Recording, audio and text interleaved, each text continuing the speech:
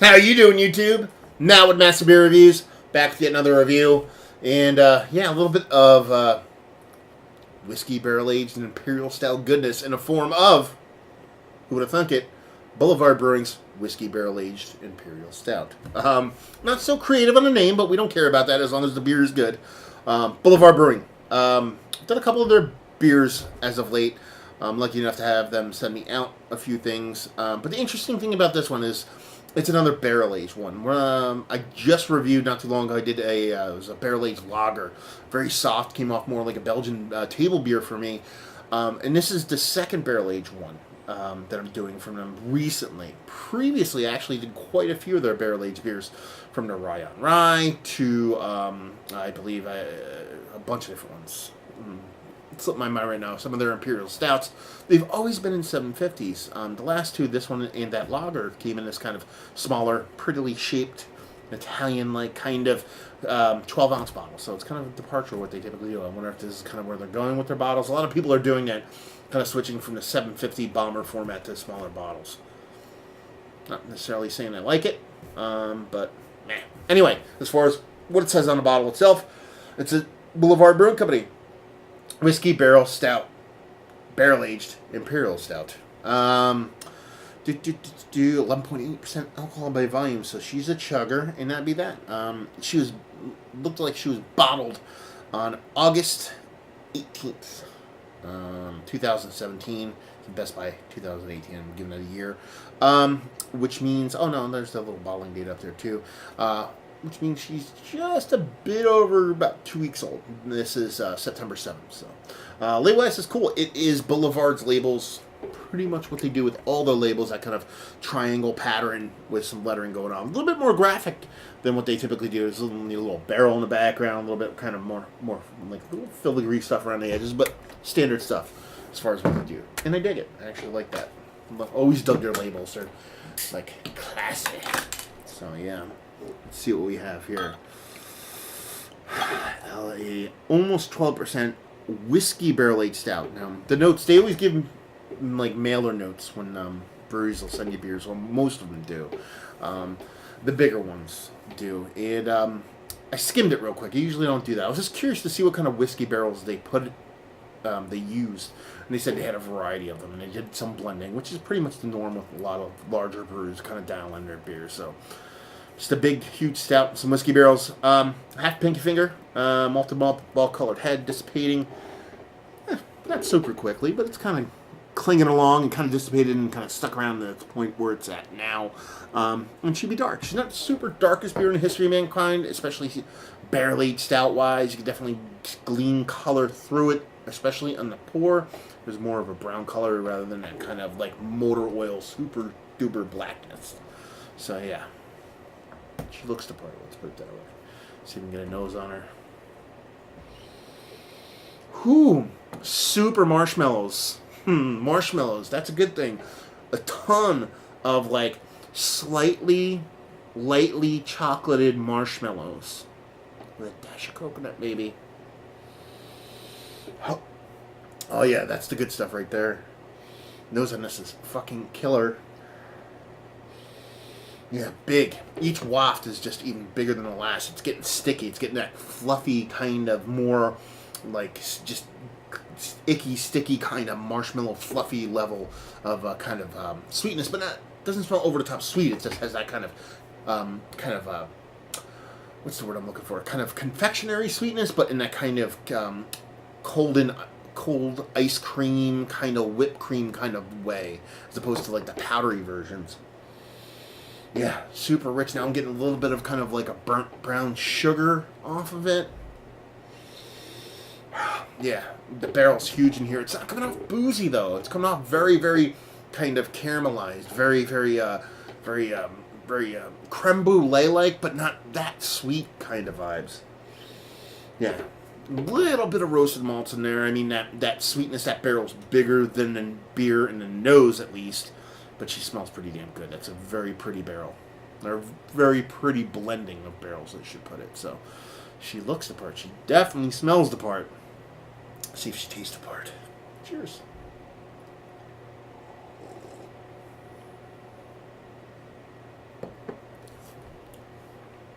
Ooh. Super smoky, super roasty malts with a super smoky barrel.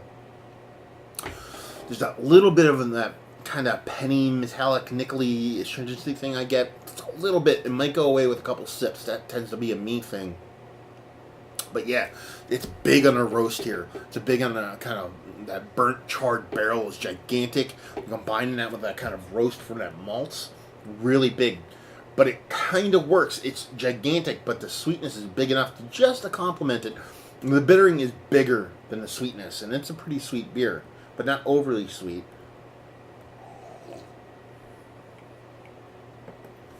But yeah, big, huge roast. Gigantic roast.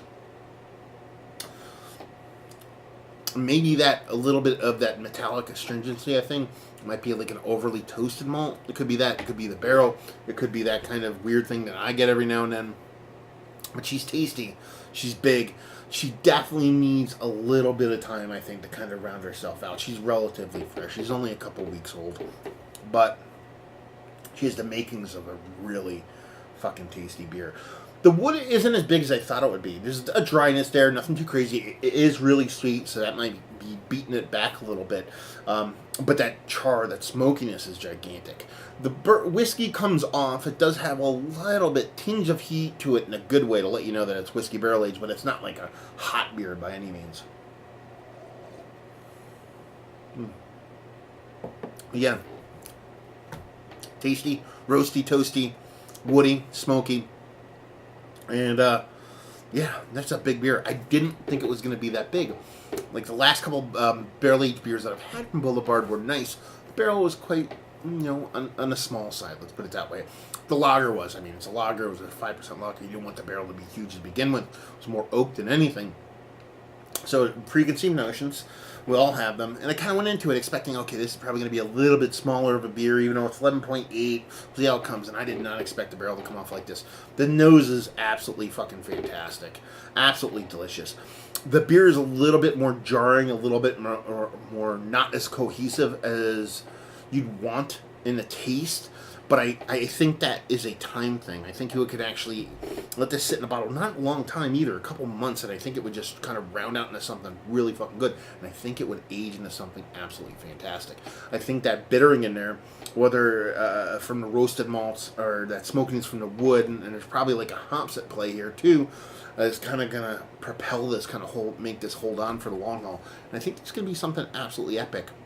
In a year or two. I wouldn't go super long haul on. I don't think it's like a decade old age, or these wooden beers, especially these super charred ones. Never, as far as my experience goes, never hold on all that long. But in general, a little bit of time on her would probably do her good. But yeah, one of the more impactful actual barrel aged beers that I've had from Boulevard. Some of them, I enjoy the barrel aged series, and this is one of the more impactful ones in a really good way, and a kind of a surprise. I'm digging it. It's very nondescript. It was just a whiskey barrel-aged imperial stout. No fancy name. No, oh, we put this barrel, use this barrel, use that barrel, whatever. It's very nondescript, and I think it's kind of like something that'll kind of creep up on some people, because the beer's there, that you get that nice, rich imperial stout. It is there, combined with that kind of impactful, charry kind of thing in the mouth. It kind of works. I wish there was a little bit more of that kind of marshmallowy thing, that fluffy thing in the nose. It's there, but it's just beaten back by that bitterness, and that's where I say it's kind of going to turn into something really nice. I think those smoky, charry, burned, charred notes will settle a little bit, and that vanilla, and that kind of sweet fluffiness might stick around a little bit longer. I got to balance out a little bit. There you go. So let's talk about it. Is it one of the better barrel-aged beers that I've had as of late? It's in the running. I'm not going to say it's up there with the best of the best. I've had some pretty amazing ones. I'm lucky enough to have a lot of people share some amazing beers with me, but it's definitely in the conversation. You know what I mean? It is tasty, and like I said, from a brewery that usually knows what the hell they're doing when it comes to baked beers and barrel-aged beers alike, yeah, this doesn't suck. Value and availability, I don't know. I mean, I'm assuming it's going to be a 4-pack format for them. I'm guessing the way they usually deal with things, it's probably going to be a sub-24 pack. I mean, of a barrel-aged beer like this, that's not too shabby. And just say, if you like what, will you like this? If you like your char, if you like your smoke, if you like your bittering, not from an overt hop sense. Let's put it that way.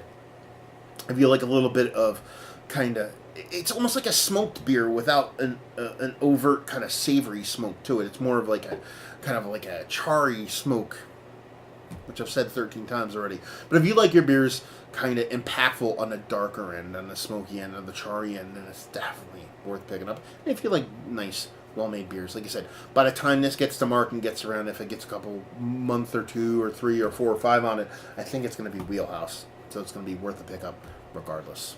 So there you go. Another review in the books. Hopefully you guys enjoyed the review. If you didn't, anywhere in between, please leave a comment in the comment section below, like, subscribe, and all that fun stuff. Facebook, Twitter, Instagram, Untapped. Massive Beers. All 4 of those places for this dude. And there you go. So hopefully you guys enjoyed the review. Hopefully you're enjoying a nice barrel-aged beer right now. And hope to see you next time. Cheers.